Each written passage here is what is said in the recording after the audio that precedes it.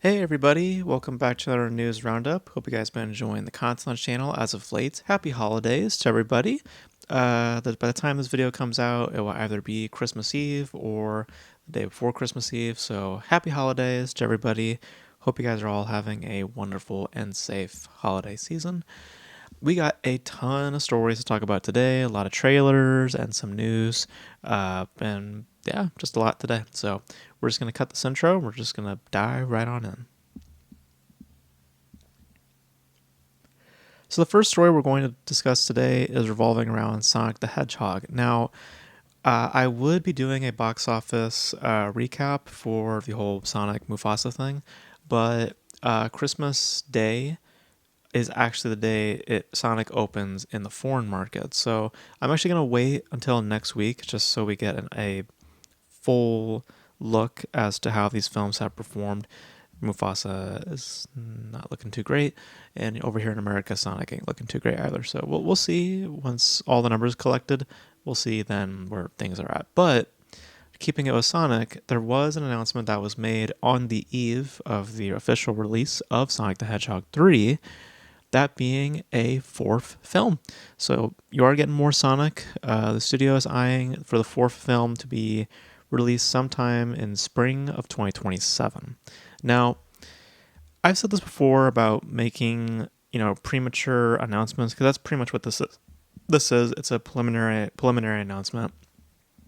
I think it's fairly immature and it's very reactionary for studios to make these sort of things, because it's not guaranteed yet that Sonic 3 will be able to make a solid return on investment. Because always remember, guys, production cost, which in the case of Sonic 3 is $122 million, that's only part of the investment. You got to consider marketing and other factors. So that 122 may actually be more like 200 million. So we'll see once we get more information. But on the flip side, it does display confidence in the brand, and that's always a good thing to see from companies. So I just don't think it needs to happen just yet. I think that wait out a week or two, I think that's what studios should do. It's better practice, and shows more strategy and just more thought rather than just making an announcement because people seem to be enjoying it or whatever. So yeah, I mean, they're very harmless films. I mean, you'll see my review for Sonic 3 pretty soon. I don't really care either way about seeing another one. Like, I wouldn't mind it, but I'm not really clamoring for another one. So, but you are getting more. More will be coming down the line. So look out for the Sonic 3 review. Probably hopefully we'll have it out the day after this video comes out. We'll see. But yeah, Sonic 4 is on the way. So there you have it. All right, now the big story of the week. I thought it was going to be just Sonic, but it's actually this specific lawsuit that just was put out today being the 21st, or at least was publicly known that such a thing was, there's a lot to it, but we'll get into all that. And excuse me if you hear a vacuum and upstairs, just the neighbors, I guess, are vacuuming their floors. But this revolves around It Ends With Us. Now, we have talked about this film in the past, and there was conflict between the actor and the director, and I said back then that I think that the actor just really was just, manhandling a lot of the project, and it appears that Blake Lively, who starred and produced the film, which turned out to be financially successful, she has filed a complaint against Justin Baldoni, who also starred alongside her as well as direct the film, on the grounds of sexual harassment and defamation. So just to give you guys some context, after the complaint was publicly released, this also just happened just now, by the way, or just a few hours ago. After the complaint was publicly released earlier this morning, WME, which is a talent agency, they actually dropped Justin Baldoni, so he's no longer represented. But funny enough, Blake Lively is also represented by WME. So just so you guys know the conclusion, kind of the one of the results of this lawsuit being known and being existing. But getting into specifics, according to the complaint, which was filed to the California Civil Rights Department, apparently, I don't know if it was a recent development, because I read one story that it said it was like back in January where they held a meeting. Uh, Apparently Ryan Reynolds was present, which, her husband, uh, or if this is just her moving forward with a lawsuit, I have no idea. But just to give context to this lawsuit, I guess from January to now, where they, all this stuff was collected. So back then in January, she was with the Civil Rights Department, and she discussed a few claims, and within that also a few demands that she wished to have when coming back to work on the film, because at the time the actor strike, amongst other things, was kind of starting to quiet down, which, not even there, it seems a little odd, because like the actor strike, from my memory, I looked it up, I think it was November 13th is when the actor strike ended, and this meeting took place in January, so I don't know, that seems a little weird to me already, but let's get into what's in the lawsuit, the accusations. So some of the accusations that's being made towards Baldoni include discussions with Lively's trainer regarding her weight, some very oddly open book type discussions, like in regards to like sexual activity and regards to some other things, and specifically, pressuring her to talk about like her religious beliefs and her own sex life. So that's one part of it. Now, in discussion of the demands, right, that Blake Lively was requesting, it was mainly two things. One, it was less sexual content, because apparently, allegedly, Baldoni was wanting to shoot more explicit sequences, and that we don't know if that's true or not. That's just coming from Blake Lively, but there was that. And then the second part of that was to basically have control of the messaging of the marketing. So, the marketing campaign didn't focus a lot on the messaging of domestic violence, and, which is, from what I've been told, a large message of the film. It's primarily the message of the film. And a lot of people took issue with that. A lot of people took issue with how Blake Lively conducted herself while marketing the film. So if you're wondering where that comes from, why the marketing was so wasn't focusing on that, you can thank Blake Lively for that. And apparently the distributor, because Sony Pictures granted her request, which they don't. They would. She's a bigger name, so. But the most notable accusation, which is the one that makes me doubt the entire lawsuit, is the idea that there was a smear campaign made against her in an attempt to destroy her career, which she refers to as, quote, social manipulation. So let's go ahead and review the facts of It Ends of Us as terms of a production, in terms of a marketing campaign. Let's just go ahead and go through the facts with the information that we have here, information from prior, back in like August when all this information came out. And then we're going to go ahead and read the statements that were provided today from Blake Lively and Baldoni's lawyer. So here's the facts of this whole thing. So as we just mentioned, the marketing campaign was basically catering to Lively's demands to satisfy her desire to promote essentially a female empowerment thing rather than discussing domestic violence. And within conducting interviews, she decided to market her own products, squarely, her products, less so promoting the film, as far as I've been told, because I don't watch interviews. They're all just bullshit. They're all just sellouts, all that crap.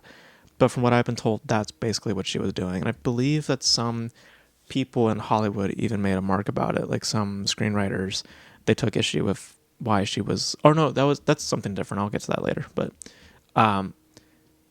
But she was doing her own self-marketing while also promoting the film, but more so or less, she was just marketing her own products. So she had ultimately got final cut privileges. So the movie that you did end up seeing was her cut. And then, as I was bringing up about the screenwriters, Ryan Reynolds, who is, her husband, apparently he got involved in the script while like deep into production and did not inform the director. I don't know how that happens. That seems very weird to me.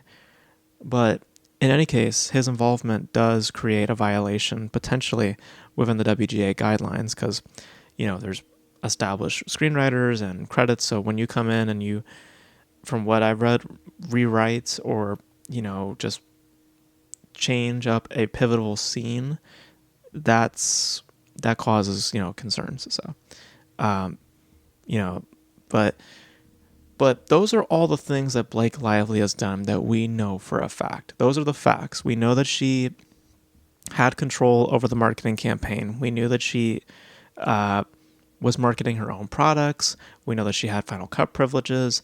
And we know that she had her husband involved to some capacity when it came to the script.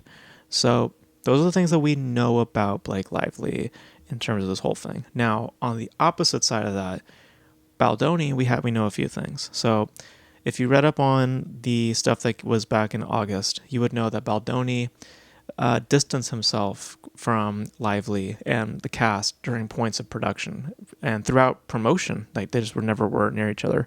And the reason for that, primarily in production wise, was because he was dealing with stress. He was frustrated because remember, this dude's like a new kid on the block, right? He's not he's not done a lot of notable movies. I mean, I could look up his name right now actually, just so we can go ahead and see what has he done as a filmmaker. Let's see what he's done as a filmmaker. He directed 5 Feet Apart. So apparently so he did a film with Haley Lou Hutchinson, Richardson, Cole Sprouse.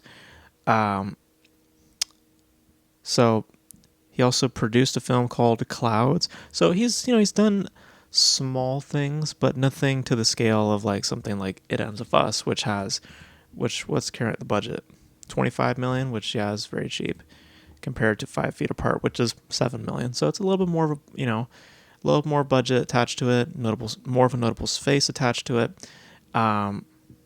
So there's stuff like that. And that could attribute to, the reason why he was stressed and frustrated. And we also know that with all the information with Lively, of how she was on set, how she was just basically manhandling things, you can understand more so why he was stressed and frustrated. So, because he probably didn't have much room to talk because of just how relevant of a name Lively's name is compared to someone like Baldoni. So that's the first thing. So he was very distant at some points during the production. Now, when it came to promoting the film, he chose to go off the list of demands that Lively had laid out, and the company, I guess, made it so, because the company told the cast and crew that you're going to market the film this way. So we're not going to really talk about the domestic violence. We're going to talk more about Blake Lively's character and how she's such a powerful character. In essence, essentially, we're going to put the spotlight on Blake Lively and not on the director. That's basically what it is. And Baldoni said, no, I'm going to talk about the messages. I'm going to talk about the hard subjects that y'all don't want to talk about. And now, according to the filing, the reason, this is what Lively supposedly thinks is the reason why he's talking about this stuff, talking about domestic violence. This is the reason behind it. So apparently, according to her, the reason for wanting to discuss the more serious issues the story tackles, it's apparently a way to shield the truth, okay, explain why the cast isn't interacting with him, and to protect his image. I don't know how the hell you think that way. It makes no sense to me at all, because how does discussion of the story correlate to any discussions of the production itself? Talking about domestic violence and talking about the production, they don't mean the same things. So,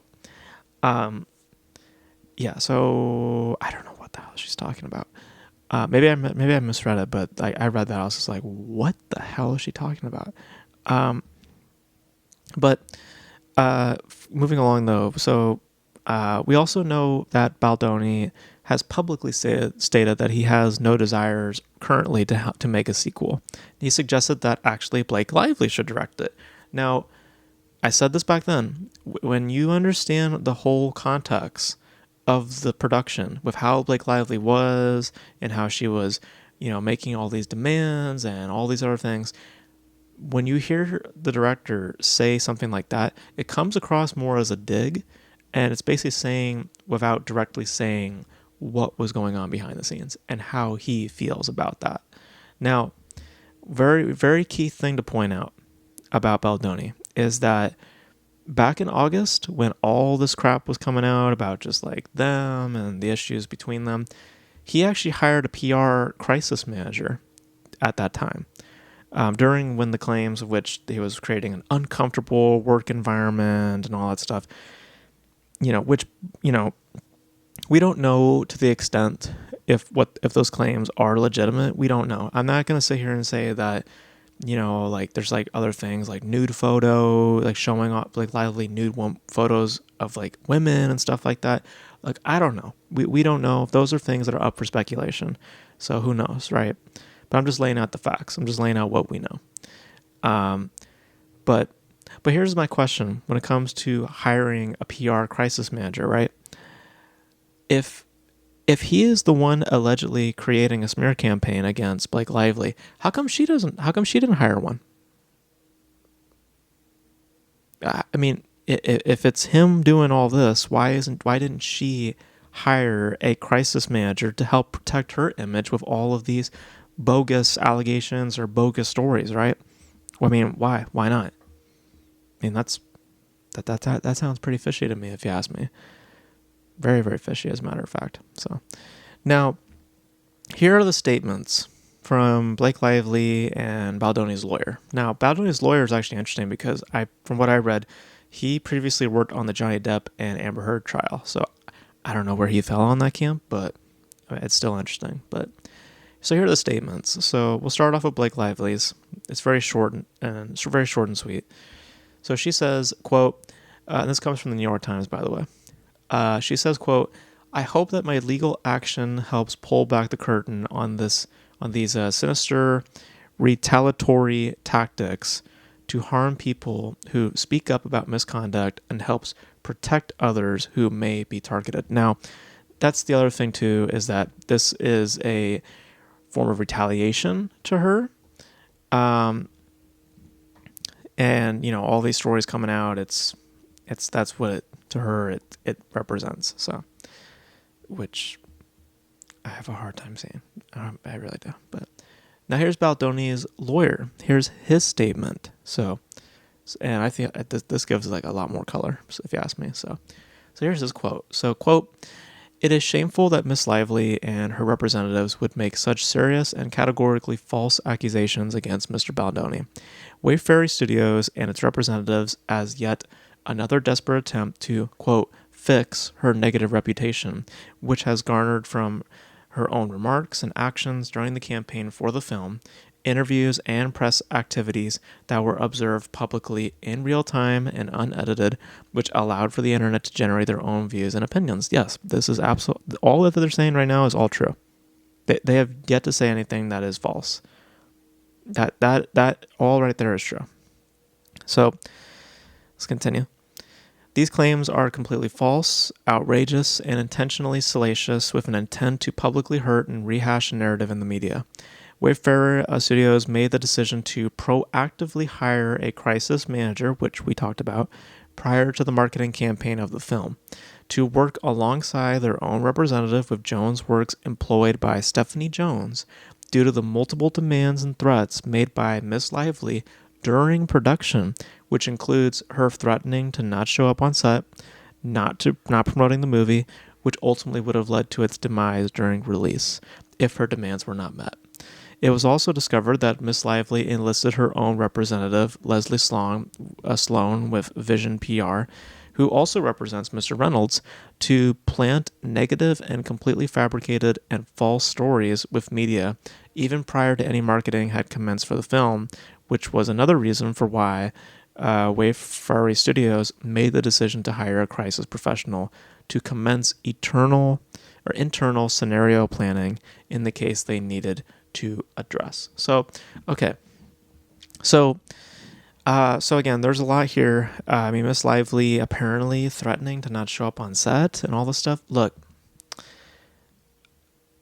I'm not gonna sit here and say that's true or false, but I lean more towards the former on that, because like you heard what I heard, what I told you is what is the facts. That would line up, with how she is, and what she had control over, and how she perhaps obtained it. So, but yeah, the whole the PR, the crisis professional thing is like, it's interesting, because it's like you could see in their wording, it's another the because this is where you get all accusationally, because they're also mentioning Ryan Reynolds, and they're saying that Miss Lively's representative planted negative stories or fabricated stories to the media. We don't know if that's true or not. We don't know. I don't recall there being like large negativity towards Mr. Baldoni, though. I really don't think so. So there might be been some stuff here and there. Like I said, there was those conversations being had about an uncomfortable, a toxic environment, but they didn't hold as much water compared to what Lively's stuff was. So, so I get what they're saying. And maybe they just saw what was about to happen. Maybe they just saw that, Lively was just not giving up on it. And that's why they probably hired a PR crisis, just so that they can, that they can maintain the truth once bullshit like this comes out. Who knows? But I don't know. That's the interesting part about this, but there's still more. The representatives of Wayfari Studios still did nothing proactive nor retaliated, and only responded to incoming media inquiries to ensure balanced and factual reporting and monitored social activity. What is pointedly missing from the cherry-picked correspondence is the evidence that there were no proactive measures taken with media or otherwise, just internal scenario planning and private correspondence to strategize, which is standard operating procedure with public relations professionals. So you see the contrast between what Blake Lively has stated in her statement to what the lawyer is stating. The lawyer is giving you the insides and outs to why they did what they did. Not saying that everything here is factual, but it's to say that there is a lot more context here compared to what Blake Lively is stating. So here's here's my thoughts on this. So understanding the facts, right? Because that's all we can go by is by the facts, until, of course, because I'm going to say this first and foremost. I think it's ridiculous that that talent agency just dropped him off like that. I think that's ridiculous, because we have not gone through court yet. We have not gone through any proceedings or anything of that nature. Just to drop him like that, I think that's ridiculous. And that happens a lot, unfortunately, in this industry and a lot of industries. And it's very reactionary and stupid, if you ask me. So that's the first thing. But getting into this lawsuit, talking about it, understanding the facts of this production, and again, also completely acknowledging the allegations themselves. I completely acknowledge that some of that stuff may in fact be true, and Baldoni may perhaps be just this very weird dude, But based on just what I saw back in August, based on what I read there, to how this comes across, it's pretty clear to me that there appears to be a volume of fabrication and very clearly some gaslighting taking place under this lawsuit. Because as far as what the allegations describe, Baldoni, because look, we remember this is a lawsuit based on sexual harassment. There rarely was anything I like that. I mean, listen. I did they do this yearly at my work, I guess. Like, when you guys have to reevaluate for like certain certifications. So there was like a sexual harassment one, conveniently enough. And man, I'm just telling y'all, there was so much in there that the statement of sexual harassment is just stretched. It is so broad, where in my head it's like, okay, it should be based on unwarranted flirtation, right? It should be based on that. Just not stuff that you want or you're not into, and the person keeps on persisting. And that can come in many forms, like texting, physical, whatever like that. That's to me what sexual harassment is.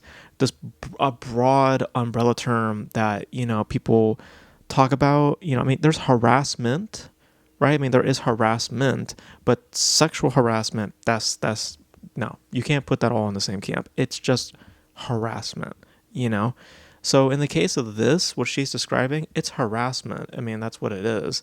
I mean, if she's uncomfortable and keeps on bringing stuff up, yes, that is harassment. But as far as I'm reading, this man has not done any flirtatious acts towards her. He's not, doesn't seem to be sexually interested in her, like nothing like that. There's no claims of that outside of the intent behind allegedly wanting to shoot more sex scenes, which we don't even know if that's true or not. Like, there's no claim, there's no clear evidence that he is sexually harassing her. That's just my opinion on that. Because that's not grounds for sexual harassment. It's not. What really in this case is, it's just very open book conversations, comments regarding her weight, which, let's be real, on a movie set, that's a legitimate concern. If you're expecting, if the expectation is for you to look a certain way, I'm sorry, but that is a concern. So I would not get off your high horse on that. Like, if you're an actor. If you're coming in on set and they expect you to look a certain way, don't get upset when they poke a little, when they talk about you like that. That's your job. You're not coming into work giving it your best or showing your best. You know what I mean? I know it sounds a little degrading, but I mean, that's acting, right? Acting is very degrading to some extent. So, like, and there's all the stuff that I just mentioned too about all the catering towards her and her wants, which obviously for someone in his position, being in a more notable film, rather than what he's done previously, all these preliminary agreements that have been made by the studio with like the script and all this other stuff, like for her to come in and to gain cut privileges and to also control the message of the marketing campaign, of which, by the way, she didn't even care to follow through in. Even though she got what she wanted, she didn't do anything with it. She just went ahead and marketed her own damn stuff. She didn't really care to market the movie itself, right? So, I mean, she had the bread and butter. She had the cut of the movie, and she had the marketing campaign behind her. And she got caught red-handed. I mean, like, yeah, it did damage to her career, of course, but it wasn't a strategy. It wasn't some sort of like hidden agenda or whatever like that. It was just how people interpreted the information online. People knew what was up. They knew the truth. The truth was always out there. And as far as to what is true and how it lines up, it seems to me that we're seeing a fairly baseless complaint, a fairly baseless lawsuit that doesn't directly present a case of sexual harassment and very vaguely addresses and supplies evidence of a legitimate smear campaign. Like, there's very little to suggest that there was a smear campaign against her. Now, supposedly there were messages and other things that were showed on the New York Times. I didn't get into all that, but based on what I know, it just doesn't smell of pure truth to me. It just doesn't. So we'll see. I mean, maybe there it might pull a 180 or a 360, and this whole thing could flip upside down. I don't know. Who knows? But I really doubt that, especially given just what the information was back then in August to how it feeds to today. It just makes her look worse. I mean, it really, really does.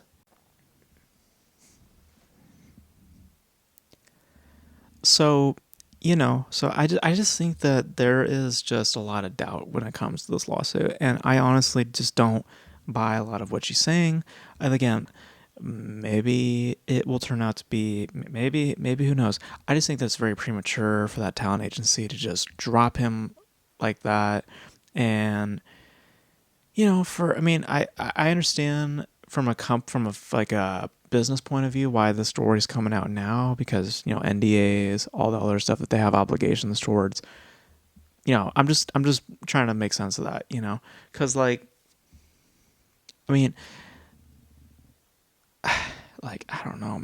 I mean, I know it's all for promotion, right? Like, you don't want that stuff clouding your marketing campaign. So, I mean, once the dust settles, then y'all can get at it if you want to. So I get it. I get that.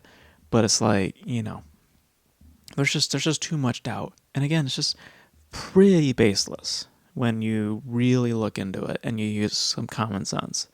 It just doesn't really add up.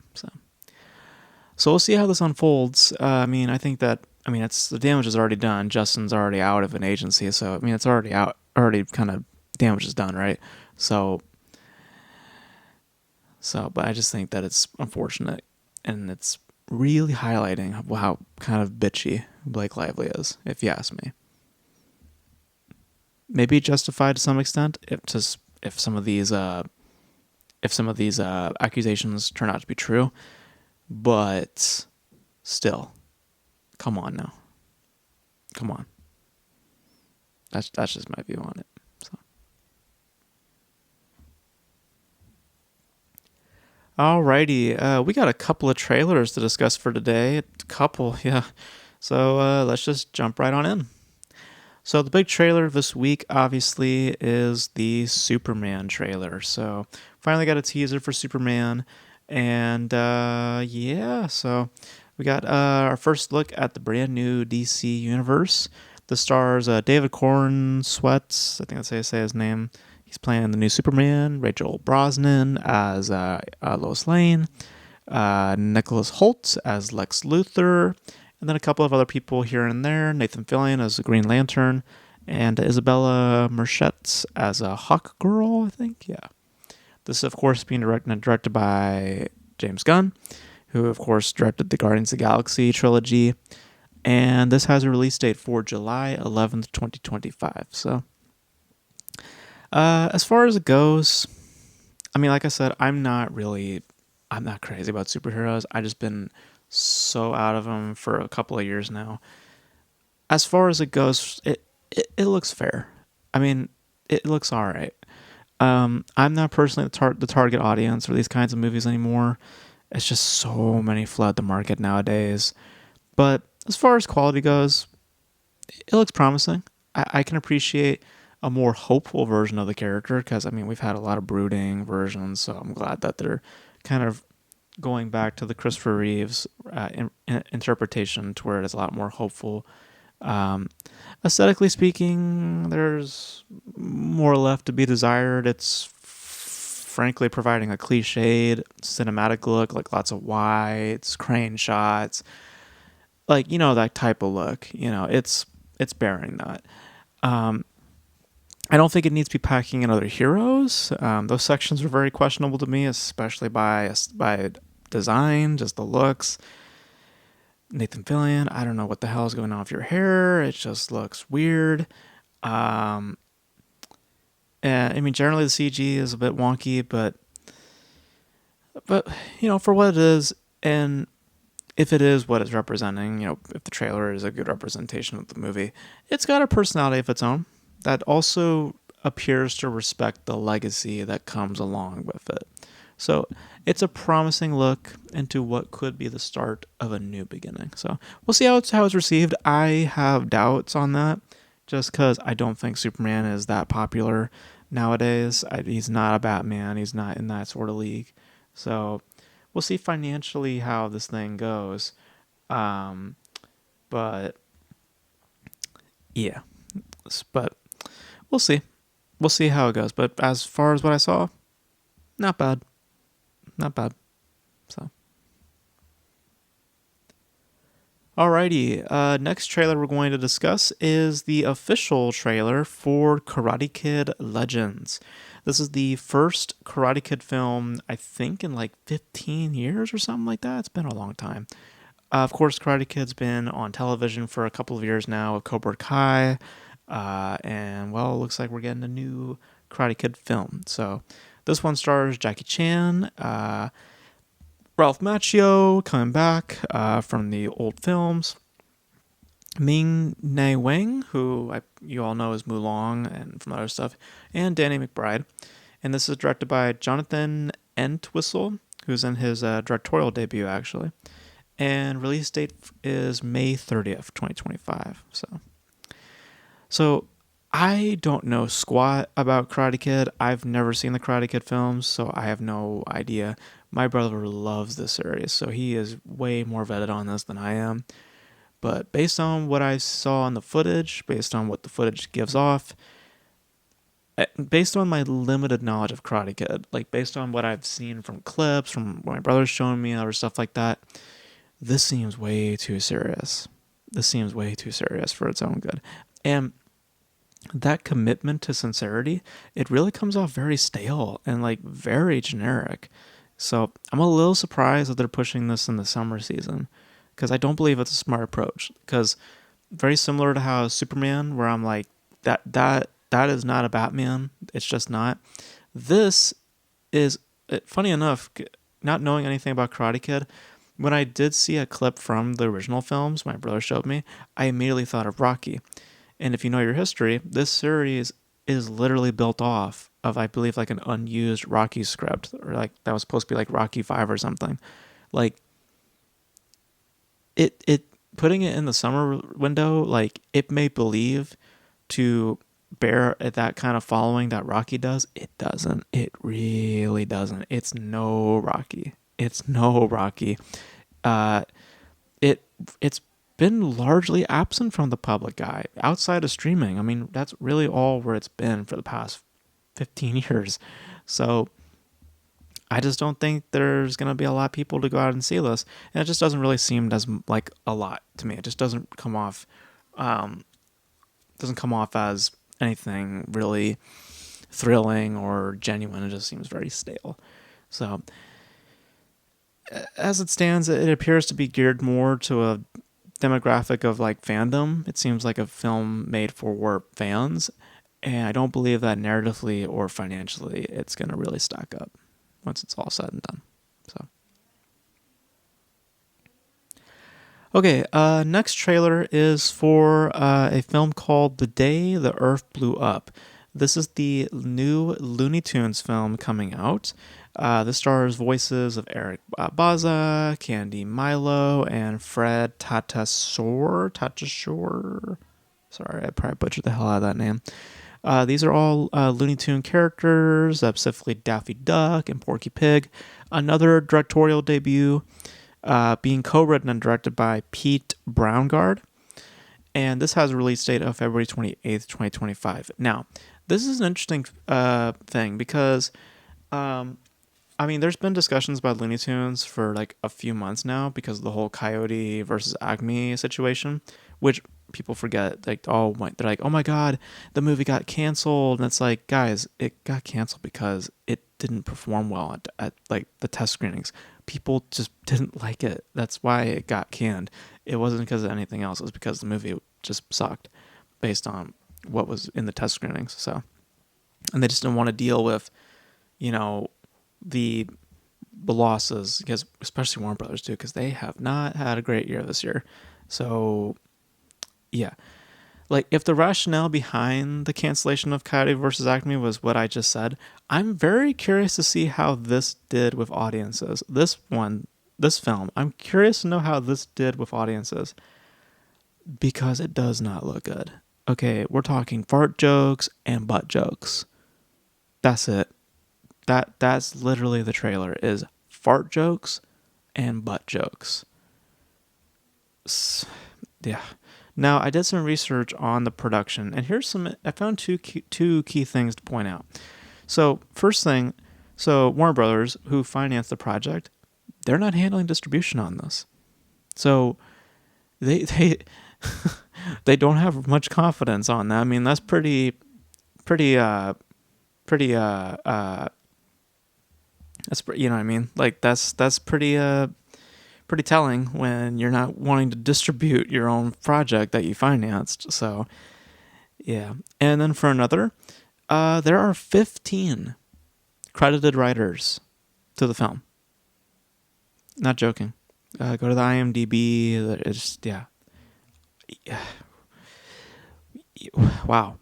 Wow, wow, wow, wow, wow. So knowing that, it's understandable why the studio is just letting someone else handle the release, because they don't want to be taken down by the internet again, which they shouldn't care. I mean, do what's best for business, because everyone was all up in their ass about Coyote versus Acme.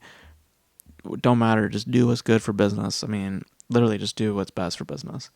And they just don't want to be directly hurt by the losses this is likely going to take as well. So, yeah, because, like, guys, Looney Tunes, it's not been around. It's not been relevant for a long, long time. They tried it with the Space Jam thing, and that went nowhere. Really, it's just a childhood memory. I mean, it's not one really worth revisiting. Also, it's just, really, it isn't, especially in this extremely cliched and annoying state that it's in, and just, yeah. I could see why the company just kind of shipped it off or just let someone else handle distribution. It's just like, yeah, nah, we don't want to deal with that, because fart jokes and butt jokes, because clearly that still is just so funny and so just creative. So yeah, this does not look great. This really doesn't look great. So.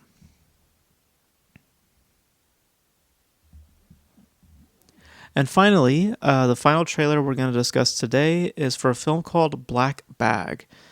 This is being directed by Steven Soderbergh, who you guys are probably familiar with the Ocean's films, as well as a few other films here and there, namely Unsane, which I haven't seen, but I'm curious to watch at some point. And then a film called Kimmy, which I saw, and I don't really remember much of. This has a release date for March 14th, 2025, and got an interesting cast involved. We got Michael Fassbender, we got Cate Blanchett, Pierce Bronson, and it's spy and espionage. So interesting place to be, and familiar grounds, I think, kind of, sort of, for Soderbergh when you consider the Ocean's films. I'm really not feeling the passion or the thrills behind its apparent premise. Literally almost halfway through, I picked up on what the story would be, and it's just not that involving. I mean, not to mention, there's some questionable performances in the trailer. I can't remember who exactly, but there was one person in the trailer that just seemed so out of place. Like, once she came on screen and she was doing her thing, I was like, yo, that doesn't fit. that doesn't fit. And just generally with the whole vibe of it, like, it just feels rather insufficient for what it's trying to supply. Like, I like the pairing of these two, don't get me wrong. I like Michael Fassbender. I really like Cate Blanchett, especially in a movie called Tar. I thought she was great in that. And Carol, she was really good in that as well. Like, I like these two, but beyond that, I just don't find much of interest. I really don't. I just don't see a lot for this outside of just the names, just some interesting performances, some interesting performers. So, yeah. It's just not really doing much for me. Not really feeling the vibe. It just feels rather dull. Feels a bit flat. So doesn't feel as full as I believe it could be. So, and story wise, I just don't get much out of that. You know, pitting husband against wife, but wrapping it around a spy espionage thing. I don't know. It just doesn't really do much for me. Rather, basically, it's about, just obsession, doubt, like those sort of ideas. I could be interesting, but in that context, it's just not that compelling to me. So yeah, it's not really doing much outside of those two performers. Just not really doing much. So, but yeah. Those are my thoughts for this week, guys. Thank you guys for tuning in. Lots of topics for today, lots of trailers, some very interesting news stories. You guys let me know all your thoughts in the comment section below. Hopefully I'll have some other videos out before this one comes out. Hopefully I'll have like one video that comes out before the news roundup. So be sure to look out for that. And we'll talk more about Sonic next week once we get all the figures lined up. So let me know all your thoughts about all these topics in the comment section below. And that's going to be it for this video, guys. Thank you guys for tuning in. And until then, I will catch you guys in the next video. Bye.